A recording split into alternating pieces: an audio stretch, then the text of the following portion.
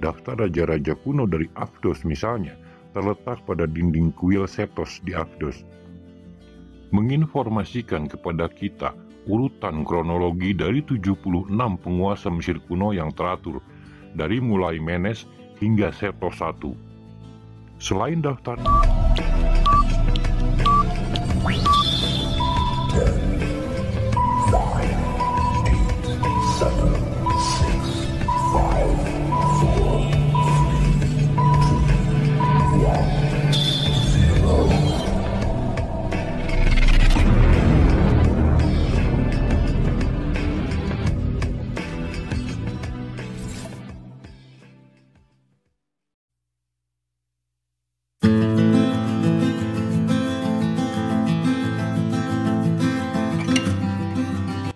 Assalamualaikum warahmatullahi wabarakatuh.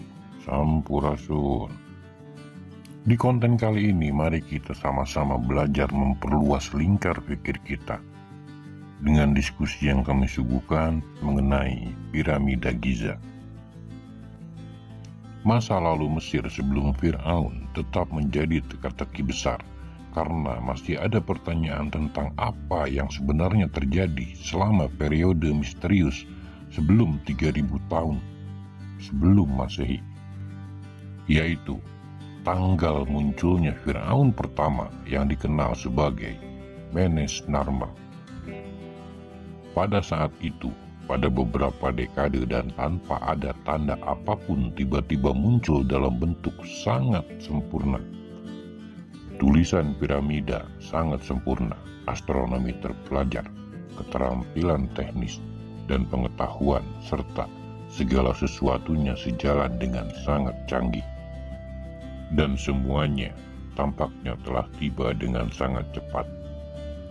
Jika teman-teman terlanjur percaya dengan teori bahwa piramida dan lain sebagainya dibangun oleh Fir'aun, video ini adalah bahan diskusi agar kita mengetahui bahwa teori itu malah bertentangan dengan naskah kuno yang sudah tertulis. Selain itu, ada pula teori yang menyatakan bahwa piramida dibangun sebagai makam. Pertanyaannya, Fir'aun mana yang telah membangun makam tapi tidak satupun Fir'aun yang dimakamkan di sana? Karena yang ditemukan oleh arkeolog, Fir'aun Khufu ternyata makamnya ada di kuil Abdis, Valley of the King di Luxor, yang jaraknya ratusan kilometer dari piramida Giza. Seperti yang dikatakan oleh ahli Mesir kuno Inggris, yaitu Toby Wilkinson, mereka tampaknya tidak memiliki nenek moyang atau periode perkembangan. Mereka tampaknya muncul dalam semalam. Otoritas Prancis, Gaston Maspero, mengomentari teks-teks Mesir, agama, dan teks-teks Mesir membuatnya agar diketahui oleh kita. Dia menyatakan bahwa piramida sudah ada sebelum dinasti pertama. Untuk memahaminya, terserah kita untuk menempatkan diri kita pada kerangka orang yang membangunnya lebih dari 7000 tahun yang lalu. Mari kita garis bawahi kata sebelum dinasti pertama.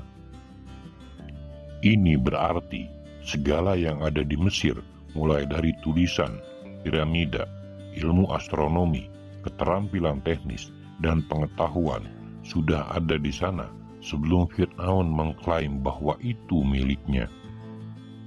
Periode sebelum datangnya Fir'aun tetap menjadi teka-teki yang besar bagi kebanyakan ilmuwan dan Egiptologis. Mereka tidak dapat menerima dengan yang tertulis karena berlawanan pada keyakinan dan pada sebagian besar ahli sejarah, arkeolog, dan ahli Mesir kuno. Bukan merupakan rahasia lagi bahwa orang Mesir kuno menganggap peradaban mereka sebagai warisan para dewa yang datang bukan dari bumi, namun berasal dari tempat lain di alam semesta. Dan masa sebelum datangnya Fir'aun Mesir tampaknya cocok dengan teori ini. Salah satu naskah kuno yang paling penting yang dapat memberitahu kita tentang masa ini dalam sejarah adalah Papyrus dari Turin yang berisi daftar semua Firaun yang memerintah Mesir kuno. Daftar ini tidak hanya mencakup semua Firaun bersejarah yang resmi, tetapi termasuk para dewa yang datang dari langit dan memerintah tanah Mesir sebelum Firaun manusia pertama dari Mesir dengan keturunan yang menyebar lebih dari 13.000 tahun. Ini adalah teka-teki besar. Mengapa para ahli mainstream menganggap naskah kuno ini murni hanya mitos? Dan mengapa sebagian besar rincian naskah kuno ini telah diabaikan dan dihilangkan dari buku-buku sejarah? Ada beberapa peneliti yang percaya bahwa dengan menguraikan informasi yang dipecahkan dari papirus ini, kita memperoleh masa periode awal yang disebut sebagai Kerajaan Pah, pencipta dan penguasa Mesir kuno ketika masa kembali pada 39.000 tahun. Para ahli Mesir kuno dan ahli sejarah mainstream menyatakan kepada kita bahwa segala sesuatu yang terjadi era pradinasti dianggap hanya sebagai mitos tanpa banyak nilai sejarah. Prasasti Palermo adalah teks kuno lain yang luar biasa yang menyinggung para penguasa pradinasti Mesir kuno.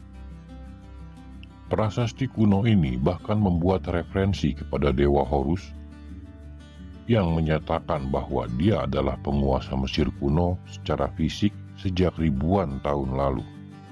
Dewa Mesir yang lain, Thoth, dikatakan telah memerintah atas tanah Mesir kuno sekitar 8.670 sampai 710 sebelum Masehi.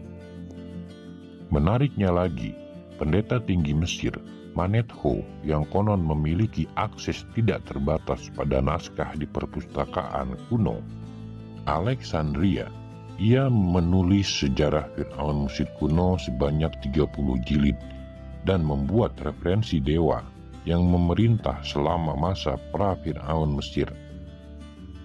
Jika kalian melihat Mesir kuno hari ini, kalian akan menemukan bahwa mereka juga memanfaatkan periode Manetho ini yang dipertimbangkan sebagai alat yang dapat diandalkan ketika mempelajari para dinasti yang diakui secara resmi.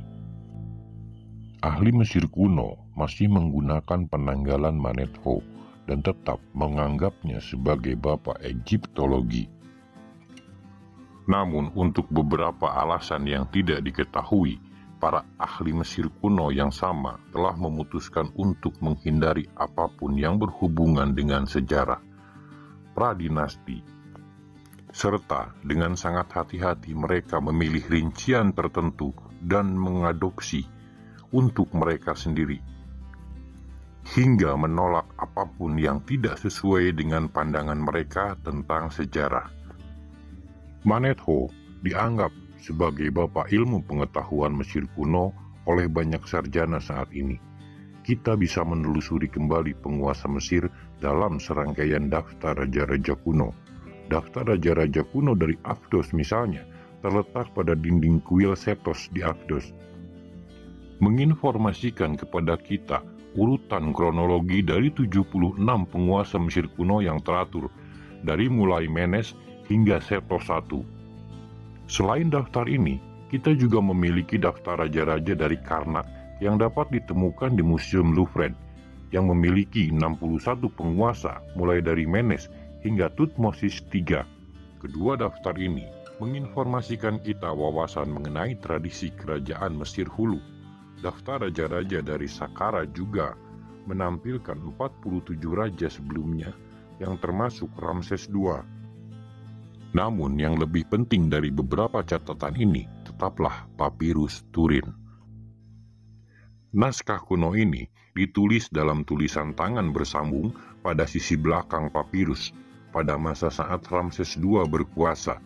Pada sisi sebelah kanan memberikan perkiraan tahun 1200 sebelum Masehi. Dalam keadaan aslinya, papirus ini adalah sebuah contoh artistik yang indah seperti naskah yang lainnya. Dan papirus ini adalah salah satu yang sangat baik. Papirus ini berisi nama-nama raja yang disusun rapi, lebih dari 300 nama dengan lengkap dengan masa berkuasa masing-masing, pemerintahan pada tahun, bulan, dan hari. Dikarenakan edisi papirus selanjutnya belum diterbitkan, studi lebih lanjut diharapkan akan menghasilkan hasil riset pelengkap. Seperti yang pernah ditulis oleh Manetho, papirus diawali dinasti para dewa, diikuti oleh raja-raja fana juga dalam dinasti. Di sana ditulis perubahan dinasti dan jumlah pemerintahan, mulai dari Menes hingga Unas pada akhir dinasti kelima. Susunan papirus ini sangat mirip dengan ringkasan Manetho. Manetho memberikan kita dengan sejumlah rincian yang sangat menarik tentang apa yang disebut para dewa, penguasa Mesir, dan dinasti mereka yang dia bagi menjadi 3 kategori yang berbeda, yakni para dewa, pahlawan, dan Menes. Tetapi banyak penulis lain seperti Elsidius, uskup Kaisariah dari Palestina, dan Sincilius yang berbicara para keturunan dewa yang memerintah bumi dengan total 36.600 tahun.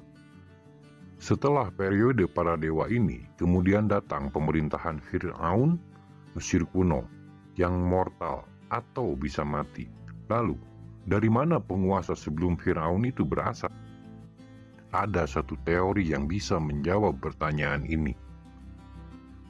Mari kita beralih kepada ahli Mesir kuno Francis Emiliau yang mengabdikan dirinya pada dinasti pertama dan menggali makam Fir'aun dari dinasti pertama untuk pertama kalinya.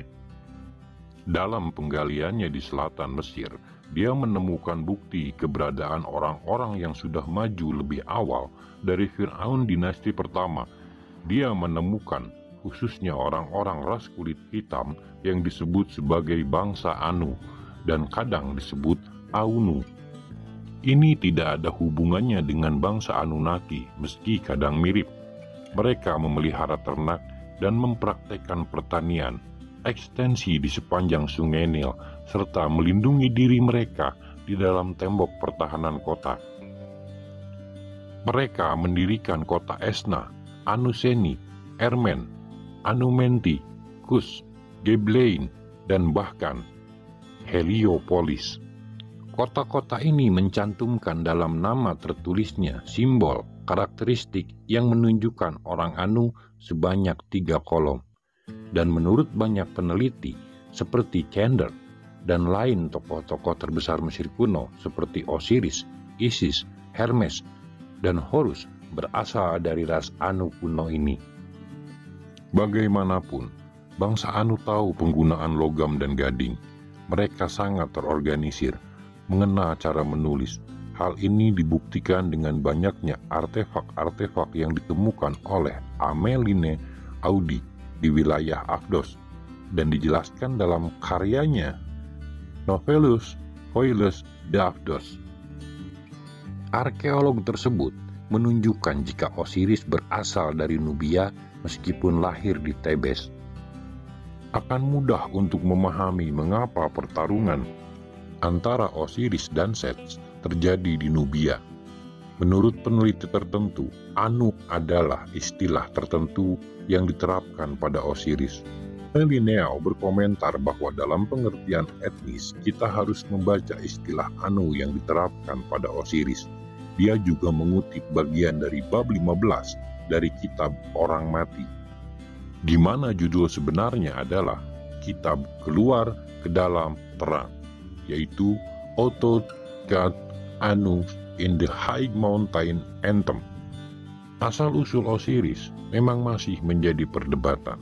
Lalu, silahkan tulis di kolom komentar siapa yang sebenarnya membangun piramid dengan teknologi yang sudah sangat tinggi.